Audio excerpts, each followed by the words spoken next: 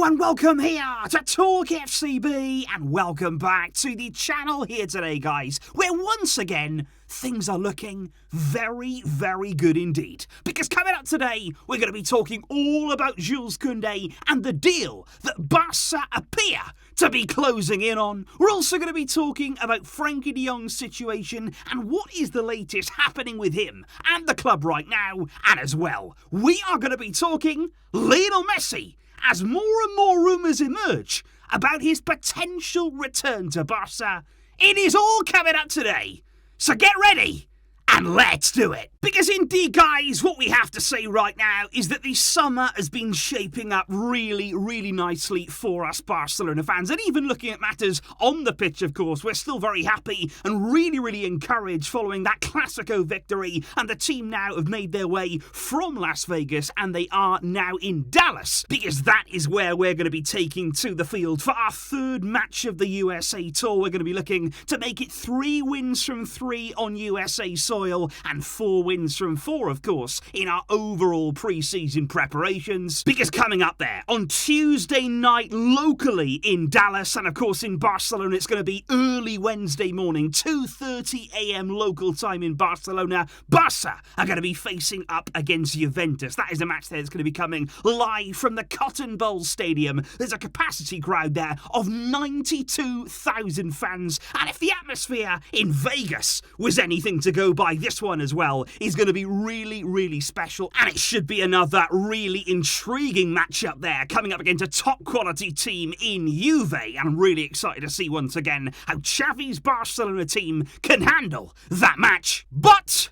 who's going to be joining them, and who could be joining up with this Barca team very, very soon? Let's talk here about Jules Kounde, because as we know, over these past few days, this has been yet another extraordinary transfer saga. It really, really has, because for much of the last week or so, it seemed as though Chelsea had everything done. It seemed as though they'd gone to Sevilla, they'd offered them around €60 million their total package for Kounde, and Chelsea expected this deal to be done basically before Barca could even react. They had a medical plan for Kounde, they had the shirts ready, all the Chelsea fans were getting ready to celebrate, but now they are covering their eyes in horror once again, because this is a carbon copy of what happened with Rafinha. Because once again, the will of the player, that has trumped everything. That has come out on top here, because Kounde has made a real effort. He's been very patient. Barca have been behind the scenes working, of course, on that second financial lever, and he's had to really put his faith in the club there, waiting and waiting all of this time to get our finances in order so that we can make this move.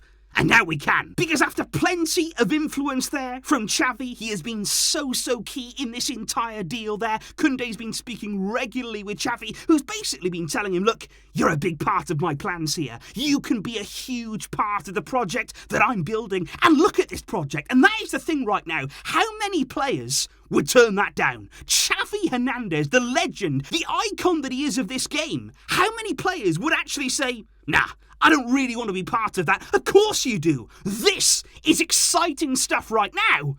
And that's why Chelsea cannot compete. And at this stage, Chelsea indeed are feeling pretty tired of waiting, pretty sick, I'm sure, of Barcelona as well, because at this point, it seems as though every target they go for, they've been targeting Kounde not just this summer, but last summer as well, waiting to get this deal done, only again for Barca to come in and snatch the target away. And Chelsea could even pull out of this deal entirely. They might walk away completely now from these negotiations. And if that happens, that is going to be something there that only helps our case further. Just like with Rafinha, Barca here intend on paying less than what Chelsea offered. Sevilla, of course, are holding out for the most money. But if Chelsea aren't really a viable option, just like with Leeds and, of course, Rafinha and Chelsea, if they're not really a possibility anymore, Barca then can gain some ground in these negotiations. And Barca are ideally looking to pay less than 60 million for Jules Kounde. And it is looking really good right now, guys. Of course, you don't want to speak too soon. We don't want to lunge in here because so many things have changed so many times in this window. But the feelings right now, they are strong, they are positive. Barca are moving really nicely on this one.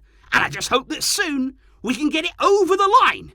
And yes, officially announced by the club. However, the Jules Kounde operation is not the only topic right now that the club are working on, because of course they are very, very involved in Frenkie de Jong's future and exactly what is going to happen in Frenkie's case at Barça. Because obviously during this tour here of the USA, Frenkie de Jong has played at centre-back in both of those games there, against Inter Miami and again then in the Clásico against Real Madrid. Now Xavi says that's not a message, he's not sending out messages here, he was simply putting de Jong in that area. We've not got an abundance of centre-backs right now on the USA tour, and Xavi says, he can actually play and play well in that area. And to be fair, I do actually think de Jong has played well, credit to him, and also there, in fairness to Xavi, at centre-back, he does have a lot of good qualities, and even during his time at Ajax too, it's not unheard of. De Jong has played at centre-back before, even by Erik ten Hag, of course. He played him there at Ajax on numerous occasions, and it remains to be seen, if de Jong was to stay at the club, is that something that we would see in the future? I don't know. But Xavi has also said throughout the past few days that he has spoken with de Jong. Conversations have been had between the two of them. Frenkie and his representatives have also spoken with the club about his current situation, and quite clearly right now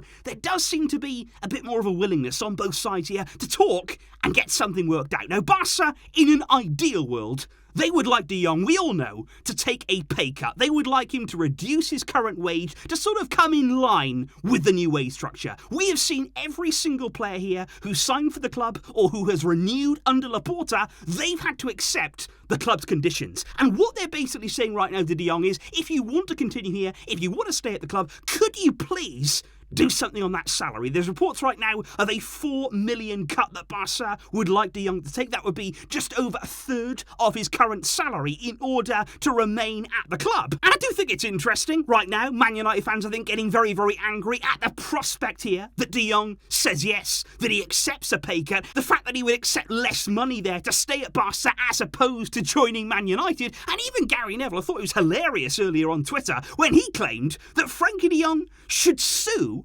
Barcelona for not paying him money, which, by the way, is not due this summer. That is absolutely clear right now. We don't owe de Jong that money now. That was already deferred wages that were agreed, spread across multiple remaining years of his contract. But I guess Barca have caused too much pain. I guess all these other clubs and all these other fan bases, they can't deal with what Barca are doing in this window. They can't quite stomach the business that we are getting through.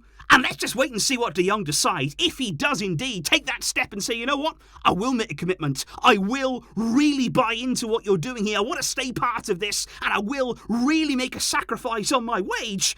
Well, let's wait and see. That would be very, very interesting indeed. And I'm sure that decision as well, if it happens, that's going to upset a lot of other fans. Which now brings us on to the big one. Because let's talk about these Lionel Messi rumours, because over these past few days now we've started to hear more and more and more reports about Barca preparing now already to bring Messi back to the club. Now, of course, I'm talking not about this summer, but the summer of 2023, where Messi's current contract at PSG will have expired. And it's already been said in the media recently that Xavi has told Laporta, get me Messi. I would like you to get Messi, bring him back to the club. I want him in my team. I want him in my plans. And Laporta apparently is prepared to do everything possible, within the club's means to bring Messi back in the summer of 2023. Now, at this point, it should be noted that Barca are not really expected to have had any sort of talks with Messi himself or indeed Messi's entourage about a potential move. Messi's getting ready to start a brand new season here at Paris Saint-Germain. But one of the really key changes I feel that we've seen really over the past few weeks, it all relates to Joan Laporta, who of course holds all of the cards really when it comes to this Messi return. We've spoken about it over the past few weeks, the fact that Laporta would have to repair that relationship, and he would have to take there a significant step in order to get Messi to come back. Laporta knows that in his mind, and I thought his words just a few days ago to ESPN, they were very, very telling indeed, because Laporta said Messi was everything at Barça. He said to Barça, he has been possibly its greatest player, the most efficient player. He said to me, he is only comparable to Johan Cruyff. He said, but it had to happen one day, his exit from the club. He said, we had to make a decision as a consequence of what we inherited. He said, the institution, it's in charge of all players, all coaches. He said, as president, I did what I had to do. But also, as president of Barça, and on a personal level, this is the key here, Laporta says, I think I owe him. He said, I would hope that the Messi chapter isn't over. He said, I think it's our responsibility to try to find a moment to fix that chapter, which is still open and hasn't closed, so it turns out like it should have. That it has a more beautiful ending. And that there sounds to me very, very different to what we were hearing when you think about months ago. Laporta here, I feel now, a lot more open, looking at the financial situation, the way that we've been turning things around, the project that we've got going on right now is Messi. Could it be a part of that? In 2023, there is so much to look forward to at Barca right now, so much excitement that is coming our way. And is Messi's return, is that just going to be another part of it? So please, guys, do let me know your thoughts in the comments down below, because like I say, what a time it is right now to be a Barcelona fan with all of this optimism, with all of this positivity, with what we're seeing from the club this summer. Let me know your thoughts on Jules Kounde, on the Frenkie de Jong situation, and whether you see Lionel Messi back at Barca in the summer of 2023. I will see you, of course, because there will be more videos coming, and hopefully soon, something official on Kounde. I will see you then. For it all, thank you for watching, and for your tremendous support. But until next time, as always, Visca El Barça.